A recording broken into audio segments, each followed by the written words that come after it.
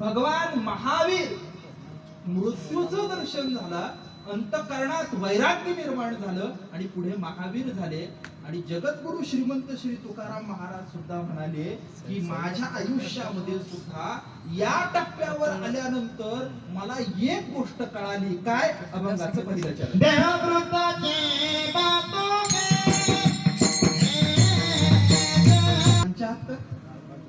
काही लोकांकडे प्रतिष्ठा नसते, काही लोकांकडे प्रतिष्ठा असते तर पैसा नसतो, आणि काही लोकांकडे पैसाही असतो, प्रतिष्ठाही असतं आणि चारित्र्य नसतं. काहीतरी अडचण कुणाकडे असते, कुणाकडे चारित्र्य नाही, कुणाकडे पैसा नाही, कुणाकडे प्रतिष्ठा नाही, काही लोकांकडे सौंदर्य नाही, अधिकार नाही.